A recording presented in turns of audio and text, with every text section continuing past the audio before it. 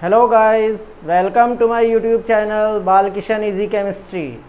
बेटा आज हम स्टार्ट करेंगे 11th का बहुत ही मोस्ट इम्पोर्टेंट चैप्टर है chemical bonding and molecular structure.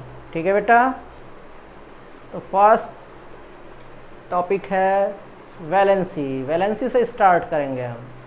तो वैलेंसी, तो बेटा वैलेंसी जो है it is taken from Latin word valentia which means capacity। ठीक है, तो वैलेंसी कहाँ से लिया गया? एक लैटिन वर्ड वैलेंसिया से लिया गया है जिसका मतलब क्या होता है? कैपेसिटी। तो डेफिनेशन क्या हो गई वैलेंसी की? द लिंकिंग और we can say the combining capacity of an element is called valency. तो किसी भी एलिमेंट की जो लिंकिंग कैपेसिटी होती है, कंबाइनिंग कैपेसिटी होती है, दूसरे एलिमेंट से जुड़ने की कैपेसिटी होती है, उस कैपेसिटी को ही हम क्या कहते हैं? वैलेंसी। फॉर एग्जांपल CH4 की बात करें, मीथेन है बेटा, तो मीथेन में कार्बन एटम 4 हाइड्रोजन एटम से जुड़ा हुआ है। मीन्स कार्बन की लिंकिंग कैपेसिटी कितनी है? 4। मीन्स कार्बन की वैलेंसी कितनी हो गई? 4। और अगर हम हाइड्रोजन को देखें तो हाइड्रोजन कितने कार्बन से लिंक है? ओनली 1 कार्बन से। मतलब कार्बन की लिंकिंग कैपेसिटी कितनी हो गई? 1। तो कार्बन की वैलेंसी हाइड्रोजन की हो गई कितनी? 1। तो हाइड्रोजन की वैलेंसी हो जाएगी 1। तो वैलेंसी ऑफ कार्बन 4, क्योंकि कार्बन 4 हाइड्रोजन से कंबाइंड हो सकता है, तो इसकी लिंकिंग कैपेसिटी हो गई 4, इसलिए वैलेंसी हो गई 4। वैलेंसी ऑफ हाइड्रोजन, हाइड्रोजन की बात करें तो हाइड्रोजन कितने कार्बन से लिंक है? ओनली 1 कार्बन से। तो हाइड्रोजन की लिंकिंग कैपेसिटी कितनी हो गई बेटा? 1। तो हाइड्रोजन की वैलेंसी कितनी हो गई? 1। ठीक, तो इस तरह से हम वैलेंसी फाइंड कर सकते हैं। तो बेटा वैलेंसी को हम दूसरी तरह से भी एक्सप्लेन कर सकते हैं कि number of chemicals bond form by an atoms in a molecule is called valency. ठीक है, तो number of chemical bonds form by an atom in a molecule is called valency. तो किसी भी मॉलिक्यूल के अंदर एक एटम जितने भी बॉन्ड बना सकता है वो उसकी वैलेंसी होती है। ठीक है बेटा, तो नेक्स्ट टॉपिक है बेटा इसमें अब cause of chemical bonding. Chemical bonding क्यों होती है, यानी कि एटम आपस में क्यों रिएक्ट करते हैं, क्यों कंबाइन होकर मॉलिक्यूल का फॉर्मेशन करते हैं बेटा? तो केमिकल बॉन्डिंग का कॉज क्या है बेटा? 2 कॉज हैं इसके, एक डिक्रीज इन पोटेंशियल एनर्जी, दूसरा है लेविस ऑक्टेट रूल। तो बेटा पहले बात करेंगे हम डिक्रीज इन पोटेंशियल एनर्जी की। तो नेचर में जितने भी सिस्टम होते हैं, नेचुरल सिस्टम जितने भी हैं, सबके अंदर ये टेंडेंसी होती है कि वो अपनी पोटेंशियल एनर्जी को लॉस करते हैं। ठीक है, पोटेंशियल एनर्जी उनकी डिक्रीज़ होगी तो उससे उनकी स्टेबिलिटी बढ़ेगी।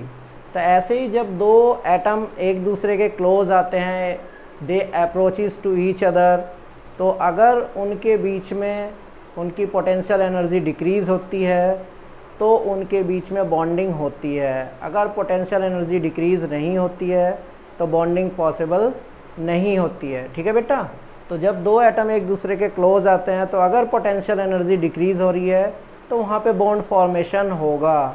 अगर पोटेंशियल एनर्जी डिक्रीज़ नहीं होती है तो बॉन्ड फॉर्मेशन नहीं होगा। ठीक है, क्योंकि अगर एनर्जी कम होगी पोटेंशियल एनर्जी तो स्टेबिलिटी ज़्यादा होती है। सेकंड चीज़ है लेविस ऑक्टेट रूल। तो बेटा जितने भी एलिमेंट होते हैं लेविस के अकॉर्डिंग, सभी एलिमेंट को अपनी आउटर मोस्ट सेल में 8 इलेक्ट्रॉन कंप्लीट करने होते हैं। 8 इलेक्ट्रॉन कंप्लीट करना मीन्स ऑक्टेट कंप्लीट करना। हीलियम इसका एक्सेप्शन है बेटा। हीलियम की लास्ट सेल यानी कि फर्स्ट सेल ही उसकी लास्ट सेल होती है, तो उसमें मैक्सिमम 2 ही इलेक्ट्रॉन हो सकते हैं। तो हीलियम को छोड़ के बाकी जितने भी एलिमेंट हैं बाकी जितने भी इनर्ट गैस हैं उनकी लास्ट सेल में 8 इलेक्ट्रॉन कंप्लीट होते हैं। तो इनर्ट गैस की जो आउटर मोस्ट सेल की कॉन्फ़िगरेशन है, सभी एलिमेंट के अंदर ये टेंडेंसी होती है कि वो किसी न किसी तरह से इनर्ट गैस कॉन्फ़िगरेशन गेन कर लें, मींस उनकी लास्ट सेल में 8 इलेक्ट्रॉन कंप्लीट हो जाएं। ठीक है बेटा। तो अब है बेटा इलेक्ट्रॉनिक थ्योरी ऑफ वैलेंसी। ठीक है, तो इलेक्ट्रॉनिक थ्योरी वैलेंसी की किसने दी बेटा? कॉसेल और लेविस, दो साइंटिस्ट थे जिन्होंने वैलेंसी की फिर इलेक्ट्रॉनिक थ्योरी दी। ठीक है, यानी कि बॉन्डिंग में इलेक्ट्रॉन इन्वॉल्व होते हैं। तो the main points of this theory are, तो इस थ्योरी के मेन पॉइंट्स क्या क्या हैं? फर्स्ट, कि किसी भी एलिमेंट की जो लास्ट सेल होती है उसको हम क्या कहते हैं? Valence shell. और वैलेंस सेल में जितने भी इलेक्ट्रॉन होते हैं उनको हम क्या कहते हैं? Valence electron. तो फर्स्ट पॉइंट है valency of an atom depends on number of valence electron. Last shell में कितने इलेक्ट्रॉन हैं उस पर वैलेंसी डिपेंड करेगी बेटा। फिर सेकंड पॉइंट है every element have tendency to complete 8 electrons in their valence shell. हर एलिमेंट की ये टेंडेंसी होती है कि उसकी लास्ट सेल में किसी ना किसी तरह से 8 इलेक्ट्रॉन कंप्लीट हो जाए, उसका ऑक्टेट कंप्लीट हो जाए। ठीक है बेटा। फिर इसके बाद नेक्स्ट पॉइंट है कि वो एलिमेंट जिनकी लास्ट सेल में 8 इलेक्ट्रॉन पहले से ही कंप्लीट होते हैं, तो अब उनके 8 इलेक्ट्रॉन पहले से ही कंप्लीट है तो उनको किसी से रिएक्शन करने की ज़रूरत नहीं है। ठीक है, ऐसे एलिमेंट को हम क्या कहते हैं? इनर्ट गैसेस कहते हैं, या इनर्ट एलिमेंट कह दो, या नोबल गैसेस कहते हैं। ठीक है बेटा। तो those element which contain 8 valence electron are called inert element. Inert क्यों कहते हैं? Because they do not react with other element. Example है इनके helium, neon, argon, krypton, xenon, radon. Helium बेटा यहाँ पे एक्सेप्शनल एलिमेंट है, इसकी लास्ट सेल में 2 इलेक्ट्रॉन है, 8 इलेक्ट्रॉन नहीं होते हैं। ठीक है, अब क्योंकि इसमें केवल एक ही सेल होती है और वो सेल कम्प्लीटली फिल्ड होती है, इसीलिए इसको भी इनर्ट गैस माना जाता है।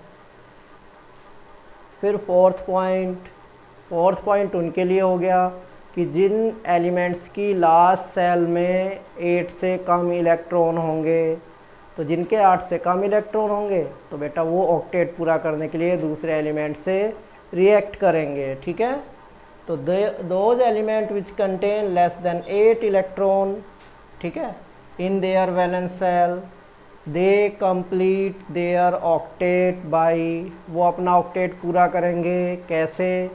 बाई ट्रांसफ़र ऑफ इलेक्ट्रॉन, या तो इलेक्ट्रॉन का एक्सचेंज होगा, ट्रांसफ़र होगा, इलेक्ट्रॉन एक की आउटर मोस्ट सेल से दूसरे एलिमेंट की आउटर सेल में ट्रांसफ़र हो जाएंगे। सेकेंड ऑप्शन है शेयरिंग ऑफ इलेक्ट्रॉन, वे आपस में म्यूचुअल शेयरिंग करेंगे इलेक्ट्रॉन्स की। और थर्ड है by gaining a lone pair of electron. तो अपना ऑक्टेट पूरा करने के लिए 3 ऑप्शन हो गए। क्या? एक तो ट्रांसफ़र ऑफ इलेक्ट्रॉन हो सकता है, या म्यूचुअल शेयरिंग हो सकती है इलेक्ट्रॉन्स की, या बेटा loan pair of electron gain कर सकते हैं। ठीक है, तो बेटा अभी फिर ये बताया गया कि 8 इलेक्ट्रॉन कंप्लीट करने के लिए उनके पास 3 ऑप्शन होते हैं, transfer of electron, sharing of electron, या by gaining a lone pair of electron. तो on the basis of this valency में बी ऑफ 3 टाइप। कौन कौन सी बेटा? First electrovalency. इलेक्ट्रोवैलेंसी क्या होगी बेटा? जहाँ ट्रांसफ़र ऑफ इलेक्ट्रॉन होगा। Second covalency. कोवैलेंसी क्या होगी? जहाँ पे शेयरिंग ऑफ इलेक्ट्रॉन होगी। और थर्ड है बेटा कोऑर्डिनेट वैलेंसी। तो कोऑर्डिनेट वैलेंसी क्या होगी? जहाँ पे loan pair of electron donate करेगा एक एटम और दूसरा एटम उसको गेन करेगा। ठीक है बेटा। तो बेटा नेक्स्ट लेक्चर में बेटा हम बताएंगे आपको इलेक्ट्रोवैलेंसी के बारे में। ठीक है, तो इन सभी वैलेंसीज़ को 1 बाय 1 डिस्कस करेंगे। नेक्स्ट लेक्चर में आपको बताया जाएगा किसके बारे में? इलेक्ट्रोवैलेंसी के बारे में। ठीक है बेटा, टिल देन बाय बाय।